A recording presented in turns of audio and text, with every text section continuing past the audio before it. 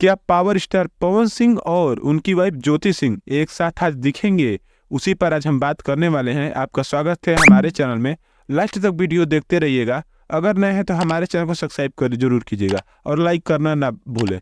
मैं बता दूं कि आज काराकाट जाने वाले हैं पवन सिंह। इससे पहले ज्योति सिंह, आप लोगों ने देखा होगा कि ज्योति सिंह काराकाट गई थी और बहुत सारे जगह पर उन्होंने घूमा था, जिसमें काली माँ का पूजा किया था। वहाँ ही पर उनको बुलाया गया था, ज्योति सिंह को आमंत्रित किया गया था। तो जाके बहुत न्यूज वालों से उन्होंने मिला भी था, जिसमें उन्होंने बोला था कि मुझे पवन सिंह ने ही यहाँ पर भेजा हुआ है। पूछा गया था, न्यूज वाले ने पूछा था कि आपको कौन भेज रहा है, तो उन्होंने बोला था कि उन्होंने ही भेजते हैं, इसलिए कि उनको बहुत काम रहता है। तो मैं बता दूं कि आज पवन सिंह काराकाट जाने वाले हैं।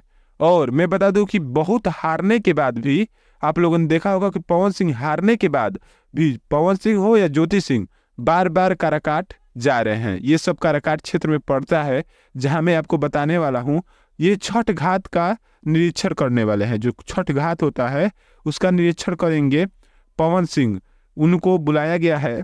देव सूर्य मंदिर में भी जाएंगे ये, और धदुआ घाट, नवीनगढ़ घाट और माधे घाट, ये चारों जगह घूमने वाले हैं पवन सिंह। तो मैं बता दूं, ये सब क्षेत्र काराकाट में पड़ता है, जिसमें ज्योति सिंह भी गई थी और पवन सिंह भी जा रहे हैं।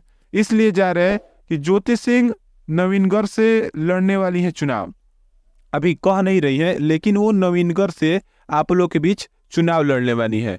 न्यूज वाले पूछ रहे थे, कह रहे हैं कि अभी नहीं लड़ेंगे, लेकिन मैं बता दूं कि वो नवीनगढ़ से पक्का लड़ेंगी चुनाव। अब देखिए क्या होता है। अगर नए हैं तो सब्सक्राइब जरूर कीजिएगा ऐसे ही न्यूज़ देखने के लिए। धन्यवाद।